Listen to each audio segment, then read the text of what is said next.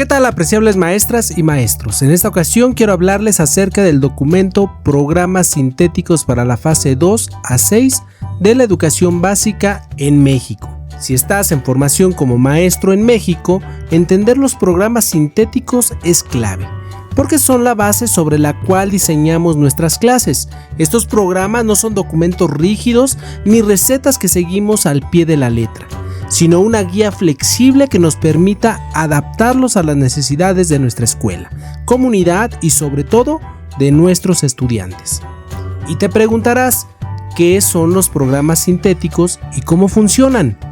Los programas sintéticos son el primer nivel de concreción curricular, es decir, establecen las bases del aprendizaje, pero dejan espacio para que cada maestro y maestra los ajuste a su realidad.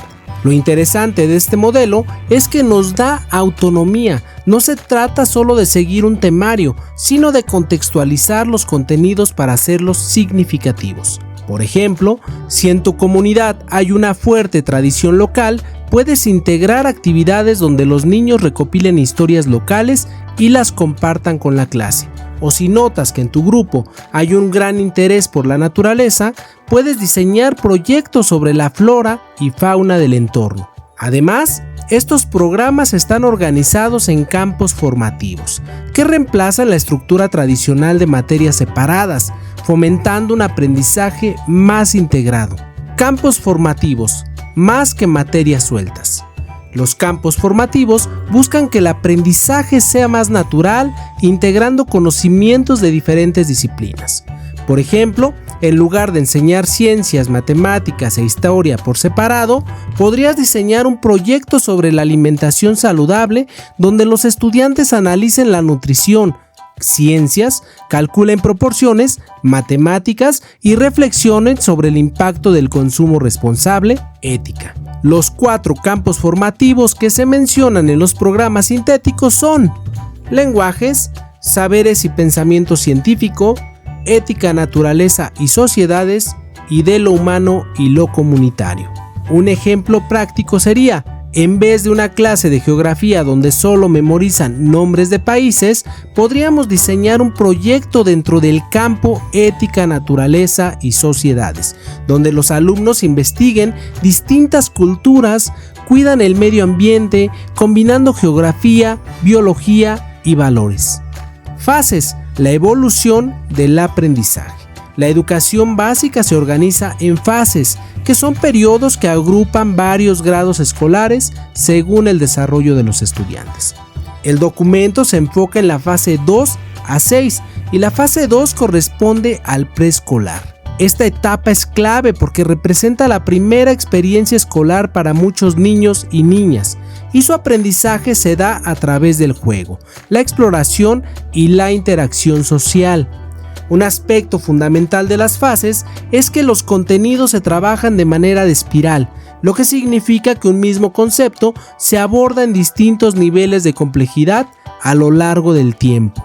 Un ejemplo práctico sería: el concepto de número se introduce de manera concreta en preescolar, es decir, en la fase 2, con actividades como contar objetos o los dedos de la mano. Más adelante, en primaria, es decir, en la fase 3 a 5, ese mismo concepto se amplía con operaciones matemáticas más complejas y su aplicación en situaciones cotidianas.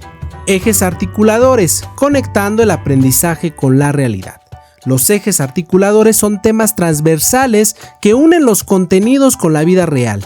No son asignaturas en sí, sino enfoques que atraviesan todo el proceso de enseñanza. El propósito es que los estudiantes no solo memoricen información, sino que la relacionen con su entorno.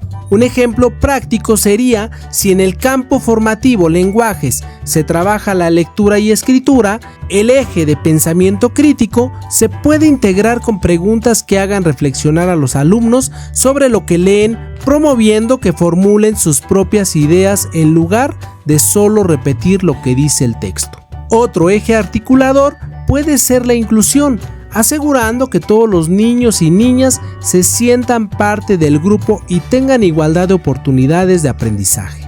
Del programa sintético al programa analítico. Los programas sintéticos no son el destino final, sino el punto de partida. Cada maestro debe transformarlos en un programa analítico, que es su propia adaptación del currículum. Y para esto hay 3 pasos clave. Paso número 1, lectura de la realidad. Analizar las características del grupo, la comunidad y la escuela. Paso número 2, contextualización. Ajustar los contenidos para hacerlos más significativos para los estudiantes. Y paso número 3, formulación del programa. Diseñar actividades y estrategias de enseñanza acordes al contexto. Este proceso permite que los docentes ejerzan su autonomía profesional, tomando decisiones sobre qué estrategias y recursos son más adecuados para su grupo. Evaluación formativa, acompañando el aprendizaje. Otro punto clave del documento es la evaluación formativa, que nos recuerda que evaluar no es solo calificar al final del ciclo escolar, sino un proceso constante que nos permite ajustar la enseñanza según las necesidades de los estudiantes. En lugar de enfocarnos solo en exámenes finales, podemos utilizar herramientas como la observación, el diálogo y el análisis de proyectos para entender mejor cómo está aprendiendo cada estudiante y qué ajustes podemos hacer en nuestra práctica. Conclusión: más que un documento, una oportunidad. Más allá de ser un texto normativo, los programas sintéticos representan una oportunidad para que como maestras y maestros llevemos el aprendizaje a otro nivel.